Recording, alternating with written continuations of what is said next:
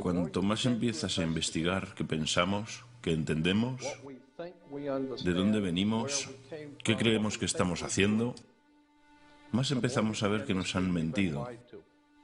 Todas las instituciones nos han mentido.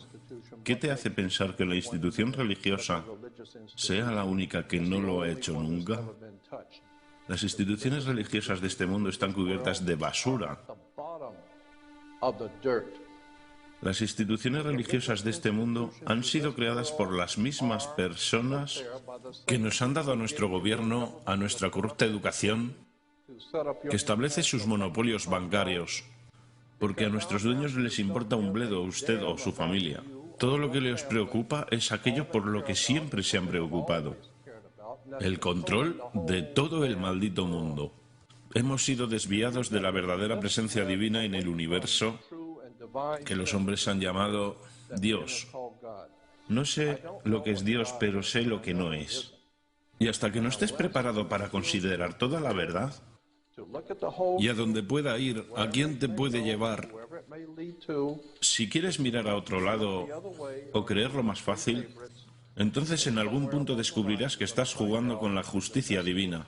Cuanto más te educas a ti mismo, más entiendes de dónde vienen las cosas y más obvias se vuelven y empiezas a ver mentiras en todos lados. Tienes que conocer la verdad e investigar la verdad, y la verdad te devolverá la libertad. Lo encontrarán difícil aquellos que han tomado la autoridad como la verdad, en lugar de la verdad como autoridad.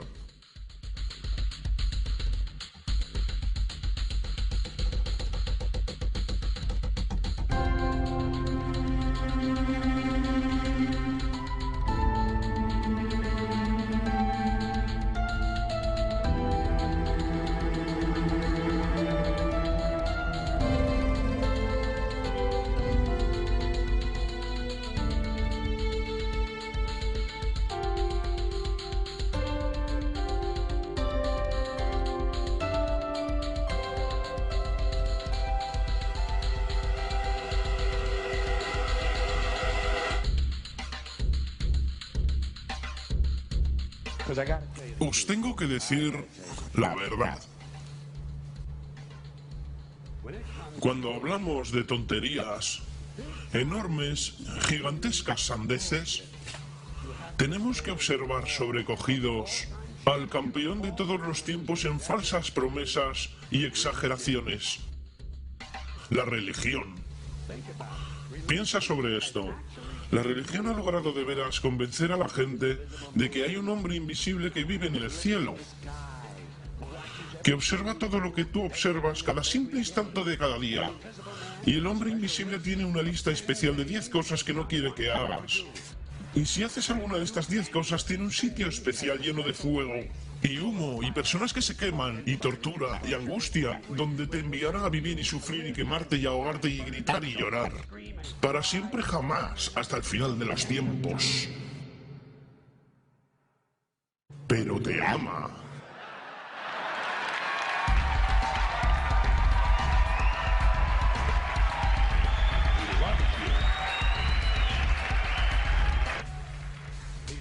Te ama y necesita dinero. Siempre necesita dinero. Es omnipotente, perfecto, omnisciente y sabio, pero por alguna razón no sabe prescindir del dinero. Las instituciones religiosas reciben miles de millones de dólares, no pagan impuestos y siempre necesitan un poco más. Por si querías una historia falsa de las buenas, aquí la tienes. Mentira sagrada.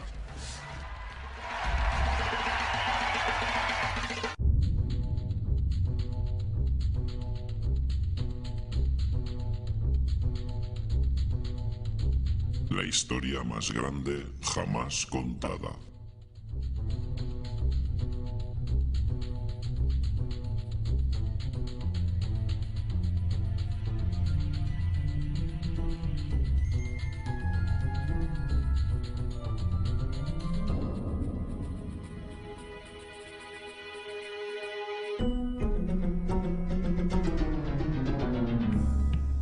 Este es el Sol. Ya desde hace 10.000 años antes de Cristo, La historia es abundante en esculturas y escrituras que reflejan el respeto y la adoración de las personas por este objeto. Y es fácil entender el por qué, visto que cada mañana el sol aparece, llevando consigo la luz, el calor, la seguridad al hombre, salvándolo del frío, de la oscuridad y de las tinieblas pobladas de predadores en la noche. Sin ello, las antiguas culturas entendieron que las cosechas no crecerían y la vida sobre el planeta no habría sobrevivido. Estas realidades han hecho del sol el objeto más adorado de todos los tiempos. Del mismo modo, también fueron conscientes de las estrellas. El estudio de las estrellas les permitió reconocer y predecir acontecimientos que ocurrieron en largos periodos de tiempo, como los eclipses y las lunas llenas. Catalogaron grupos celestes de aquello que hoy conocemos como constelaciones. Esta es la Cruz del Zodiaco, una de las imágenes conceptuales más antiguas de la historia humana. Muestra el Sol mientras figurativamente pasa por las 12 mayores constelaciones en el curso del año. También refleja los 12 meses del año, las 4 estaciones y los solsticios y equinoccios. El término zodiaco se debe al hecho de que las constelaciones fueron antropomórficas o personificadas como figuras o animales. Las antiguas civilizaciones no se limitaron solamente a seguir el sol y las estrellas, personificaron con mitos elaborados que reflejaron sus movimientos y relaciones.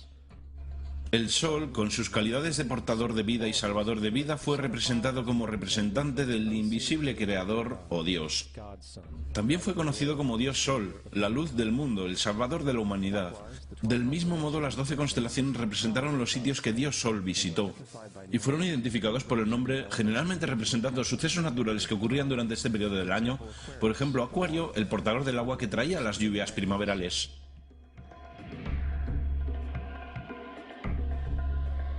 Este es Horus, el dios del sol de Egipto de 3000 años antes de Cristo. Es el sol antropomorfizado y su vida es una serie de alegorías mitológicas que tienen que ver con su movimiento en el cielo. Gracias a los antiguos jeroglíficos egipcios sabemos mucho sobre este mesías solar. Por ejemplo, Horus, siendo el sol o la luz, tuvo a un enemigo conocido como Set, y Set fue la personificación de la oscuridad o la noche. Y metafóricamente hablando, cada mañana Horus vencía la batalla contra Set, mientras que al atardecer Set vencía sobre Horus mandándolo al mundo subterráneo. Es importante notar que oscuridad contra luz o bueno contra lo malo siempre ha sido una de las dualidades mitológicas más conocidas y es expresada hoy día de muchos modos. Hablando en general, la historia de Horus es como sigue. Horus nació el 25 de diciembre de la Virgen Isis Meri. Su nacimiento fue acompañado por una estrella en el este, que a su vez 3 reyes siguieron para encontrar y adorar al nuevo Salvador. A la edad de 12 años fue un niño maestro, y a los 30 años fue bautizado por una figura conocida Anub y empezó así su ministerio. Horus tuvo 12 discípulos que viajaron con él. Hizo milagros como curar a los enfermos y caminar sobre el agua. Horus fue conocido por muchos hombres como la Verdad, Luz, el Sagrado Hijo de Dios, el Buen Pastor, el Cordero de Dios y muchos otros. Después de haber sido traicionado por Tifón, Horus fue crucificado, enterrado por 3 días y después resucitó. Estas cualidades originales de Horus al menos parecen permanecer en muchas culturas en el mundo, puesto que aparecen en muchas otras divinidades generalmente con la misma estructura mitológica. Atis de Frigia, nacido por la Virgen Nana el 25 de diciembre, crucificado y enterrado y después de 3 días resucitó. Krishna de la India, nacido de la Virgen de Baki con una estrella del este que señaló su llegada, hizo milagros con sus discípulos y a su muerte resucitó.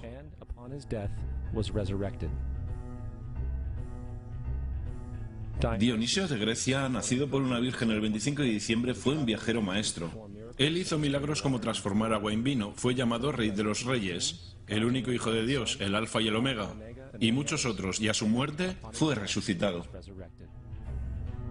Mitra de Persia, nacido por una virgen el 25 de diciembre, tuvo 12 discípulos e hizo milagros, y a su muerte fue enterrado 3 días y después resucitó. También fue llamado la Verdad, la Luz y muchos otros. Interesante el hecho que el día sagrado dedicado fue el domingo.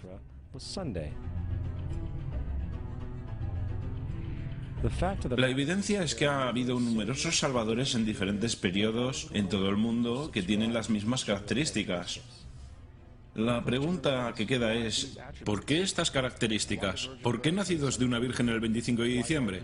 ¿Por qué muerto por 3 días e inevitablemente resucitado? ¿Por qué 12 discípulos? Para descubrirlo examinamos el más reciente de los mesías solares. Jesucristo, nacido de la Virgen María el día 25 de diciembre en Belén. Su nacimiento fue anunciado por una estrella en el este que 3 reyes magos siguieron para encontrar y adorar al nuevo Salvador. Fue un niño maestro a la edad de 12 años y a los 30 años fue bautizado por Juan Bautista. Así empezó su ministerio. Jesús tuvo 12 discípulos con los que viajó haciendo milagros como curar a los enfermos, caminar sobre el agua, despertar a los muertos, y también fueron conocidos como Rey de Reyes, el Hijo de Dios, la luz del mundo, el Alfa y el Omega, el Cordero de Dios.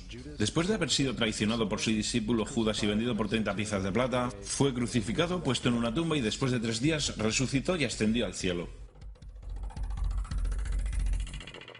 Sobre todo, la secuencia del nacimiento es completamente astrológica. La estrella del este es Sirio, la estrella más luminosa del cielo nocturno que el 24 de diciembre se alinea con las estrellas más brillantes del cinturón de Orión. Estas estrellas son llamadas hoy, como vinieron llamándose en la antigüedad, los 3 reyes. Los 3 reyes y la estrella más luminosa, Sirio. Todas apuntan a un lugar en el que el sol sale el 25 de diciembre. Esto es porque los 3 reyes siguen la estrella del este, con el objetivo de encontrar el lugar del sol naciente, el nacimiento del sol.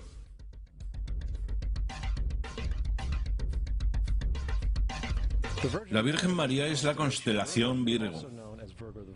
Virgo en latín significa virgen. El antiguo símbolo de Virgo es la M modificada. Esta es la razón por la que María, junto con las otras madres vírgenes como Mirra, la madre de Adonis, o Maya, la madre de Buda, empezaron con M. Virgo también es a veces llamado como la casa del pan. Y la representación de Virgo es una virgen con un haz de trigo. Esta casa del pan y el símbolo del trigo representan agosto y septiembre, el tiempo de la recolección. Belén, además se traduce literalmente como casa del pan. Belén es por tanto una referencia a la constelación Virgo, un lugar en el cielo, no sobre la tierra. Hay otro fenómeno muy interesante que ocurre el día 25 de diciembre, el solsticio de invierno. Del solsticio veraniego al invernar los días se vuelven más cortos y fríos.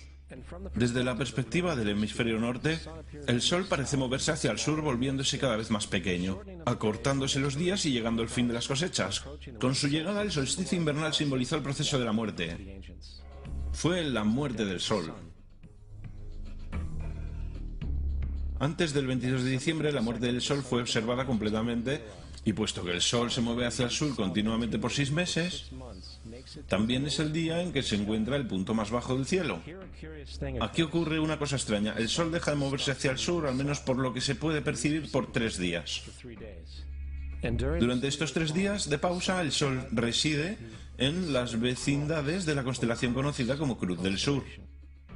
Después de este tiempo, el 25 de diciembre, el sol se mueve 1 grado al norte, esta vez llevando consigo días más largos, el calor y la primavera. Por tanto, se dijo, el sol ha muerto sobre la cruz. Ha quedado muerto por 3 días y después ha vuelto a nacer. Esta es la razón por la que Jesús y otros numerosos dioses del sol comparten la crucifixión, la muerte por 3 días y el concepto de resurrección. Es el periodo de transición después de que el sol cambia de dirección hacia el hemisferio norte del planeta, llevando la primavera y la salvación. En todo caso, no celebraron la resurrección del sol sino hasta el equinoccio de primavera o Pascua. Esto es debido al hecho que en el equinoccio de primavera oficialmente el sol derrota las fuerzas de las tinieblas y el día se vuelve por tanto más largo en duración que la noche, y las condiciones revitalizantes de la primavera emergen. Ahora, probablemente lo más obvio de todo el simbolismo astrológico alrededor de Jesús concierne a los 12 discípulos. Son sencillamente las 12 constelaciones del zodiaco, con lo que Jesús, siendo el sol, viaja acompañado de ellas. En efecto, el número 12 es repetido muchas veces en toda la Biblia. Este libro tiene mucho más que ver con la astrología que con cualquier otra cosa. Volviendo a la cruz del zodiaco, la vida figurativa del sol no fue solo una expresión artística o un instrumento para trazar los movimientos del sol. También fue un símbolo espiritual pagano, cuya versión simplificada parecía esto. Este no es un símbolo cristiano. Es la adaptación pagana de la cruz del zodiaco.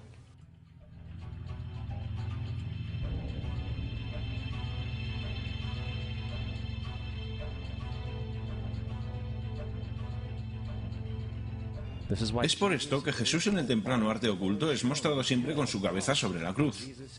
Porque Jesús es el sol, el Dios Sol, la luz del mundo, el Salvador levantado, quien voluntariamente viene otra vez, como cada mañana, la gloria de Dios que protege contra las obras de la oscuridad cuando es nacido otra vez, todas las mañanas, y puede ser visto venir en las nubes, en el cielo, con su corona de espinas o rayos de sol.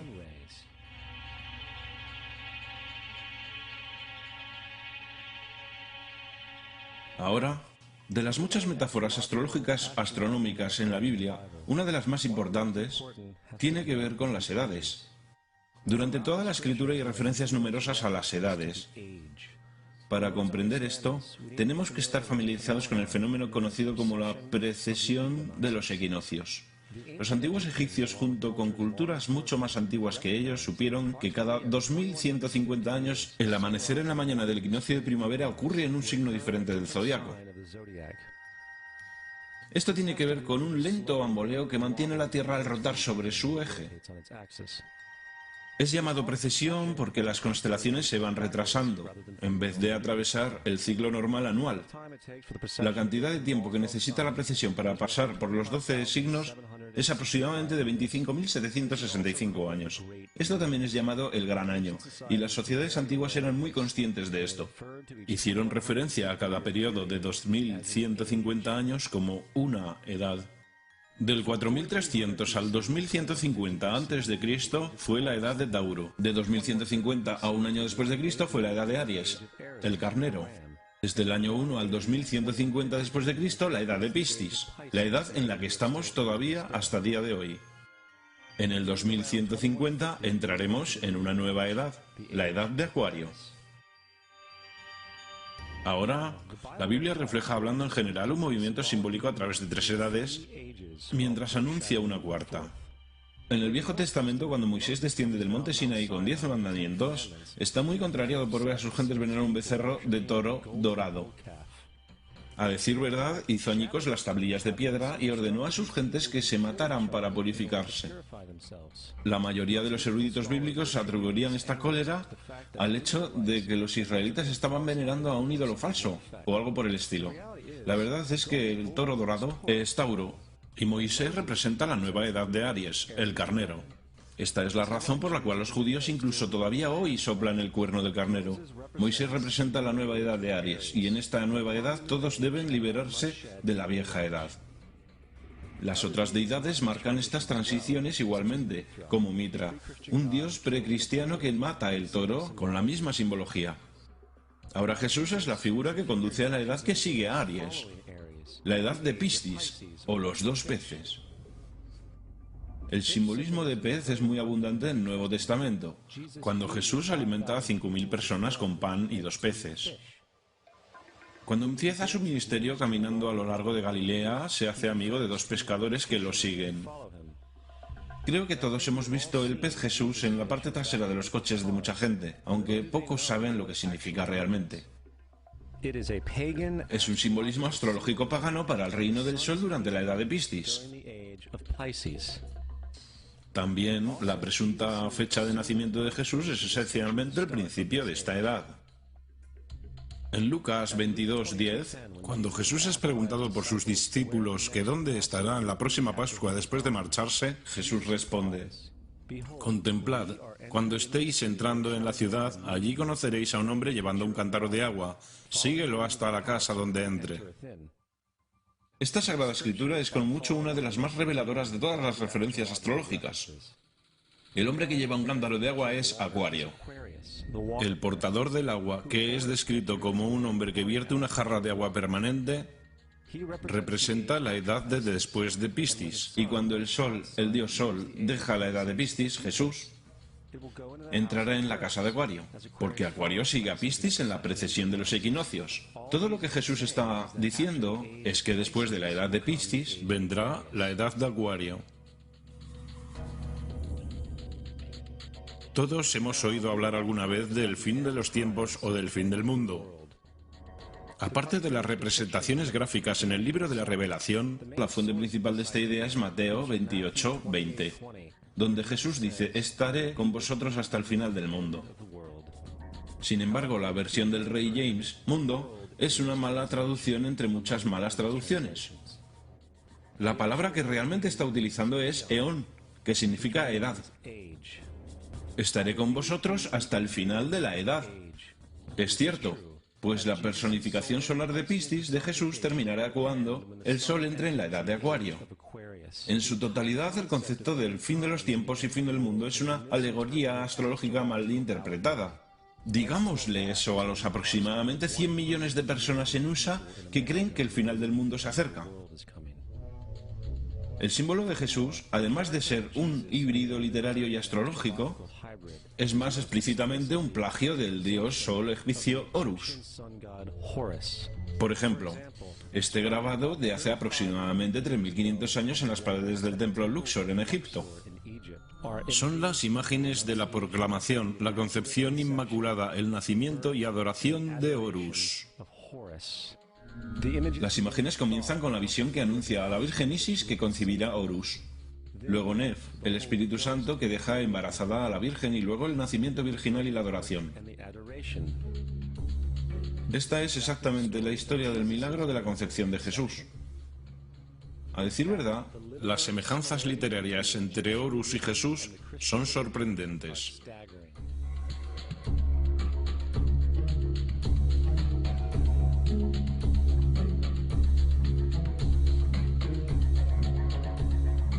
El plagio es continuo. La historia de Noé y el arca de Noé son tomadas directamente de la tradición. El concepto de la gran inundación es ubicuo en todo el mundo antiguo, con más de 200 diversas citas en diversos periodos y épocas. Sin embargo, llegamos a fuentes tan lejanas como la epopeya de Gilgamesh, de origen precristiano, escrito en 2600 a.C. Esta historia habla de una gran inundación ordenada por Dios, un arca de animales salvados sobre él, e incluso el lanzamiento y el regreso de la paloma. Todo esto en común con la historia bíblica, entre muchas otras semejanzas. Y luego hay una historia plagiada de Moisés. Sobre el nacimiento de Moisés se dice que fue puesto en una canasta y dejado a la deriva en un río para evitar el infanticidio. Después fue rescatado por una hija de la realeza y criado por ella como un príncipe. Esta historia del bebé en la canasta fue sacada directamente del mito de Sargón de Acadia alrededor de 2250 a.C. Cuando nació Sargón fue puesto en una canasta para evitar el infanticidio y dejado a la deriva en un río. Fue rescatado y criado por Aquí, una reina matrona. Además, Moisés es conocido como el dador de ley, el dador de 10 mandamientos, la ley mosaica. Sin embargo, la idea de una ley que fue dada por Dios a un profeta sobre una montaña es también muy vieja. Moisés es solo un dador de ley en una larga línea de dadores de ley en una historia mitológica. En India, Mao fue el gran dador de ley. En Creta, Minos subió al monte Dicta, donde Zeus le dio las leyes sagradas. Mientras en Egipto estaba Mises, quien llevó tablas de piedra donde las leyes de Dios fueron escritas. Manu, Minos, Mises, Moisés. Y hasta los 10 mandamientos están sacados literalmente del hechizo 125 del libro de los muertos egipcio. En lo que en el libro de los muertos se leía: no he robado, se convirtió en no robarás; no he matado, se convirtió en no matarás; no he dicho las mentiras, se convirtió en no mentirás, etc. A decir verdad, la religión egipcia es la base fundamental de los principios de la teología judeocristiana. Bautismo, vida después de la muerte, sentencia definitiva, el alumbramiento virginal y la resurrección, la crucifixión, el arca de la alianza, la circuncisión, los salvadores, la sagrada comunión, la gran inundación, la Pascua, la Navidad, la Pascua de los judíos y mucho más, son todo atributos de ideas egipcias. Preceden al cristianismo y al judaísmo en mucho tiempo. San Justino, uno de los primeros historiadores y defensores del cristianismo, escribió: Cuando decimos que Jesucristo, nuestro Maestro, fue concebido sin una unión sexual, fue crucificado, murió, resucitó y ascendió a los cielos, no proponemos nada diferente a lo que creen los llamados hijos de Júpiter. En un escrito diferente, San Justino dijo: nacido de una virgen, acepte esto en común con lo que usted cree de Perseo. Es obvio que Justino y los primeros cristianos sabían lo similar que era el cristianismo de las religiones paganas. Sin embargo, Justino tenía una solución. En lo que a él se refería, el diablo lo hizo. El diablo tenía la previsión de anteponerse a Cristo y creó estas características en el mundo pagano. Cristianismo fundamentalista, fascinante. Estas personas creen que el mundo tiene en realidad 12.000 años. Yo le pregunté a uno de estos tipos, de acuerdo, fósiles de dinosaurio. Y dijo, ¿fósiles de dinosaurio?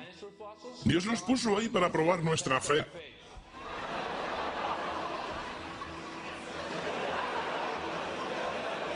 Pienso que Dios te puso aquí para probar mi fe, amigo.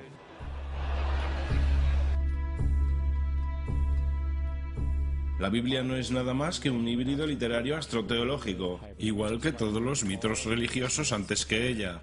A decir verdad, el aspecto de transferencia, desde las cualidades de un personaje a un nuevo personaje, se pueden encontrar en el mismo libro. En el Viejo Testamento está la historia de José. José era un prototipo para Jesús.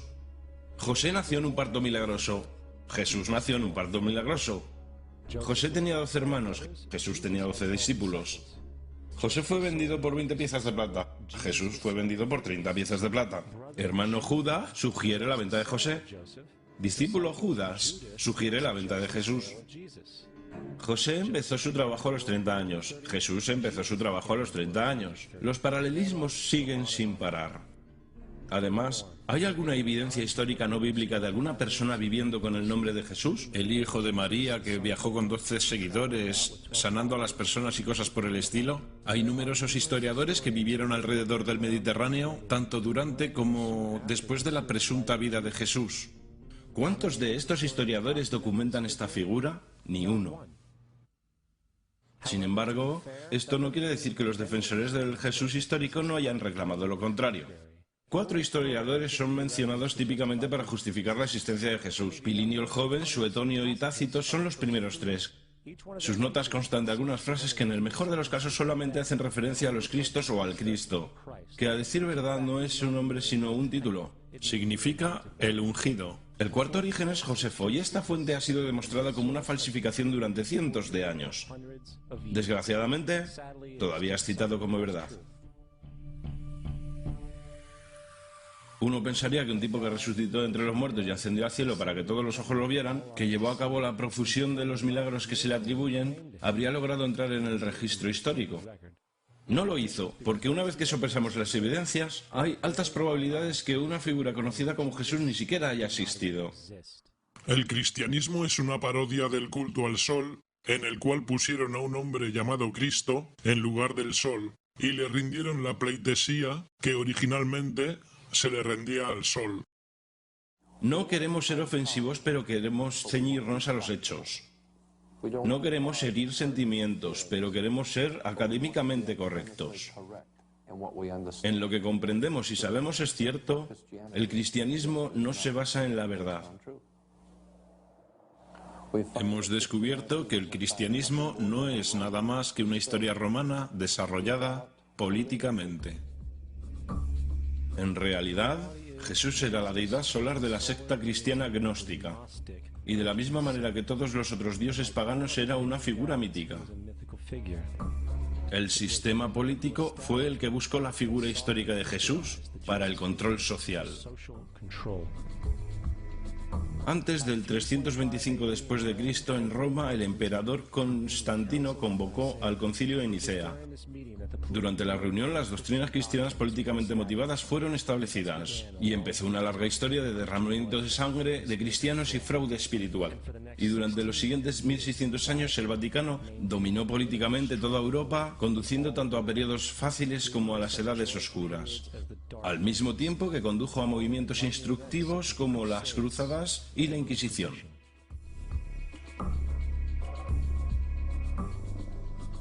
El cristianismo, junto con todos los demás sistemas de creencias, es el fraude de la era. Sirvió para separar la especie del mundo natural y de un individuo a otro, y además respalda la sumisión ciega a la autoridad. Reduce la responsabilidad humana al efecto que Dios lo controla todo, y los crímenes a su vez horribles puedan ser justificados en nombre de la búsqueda divina.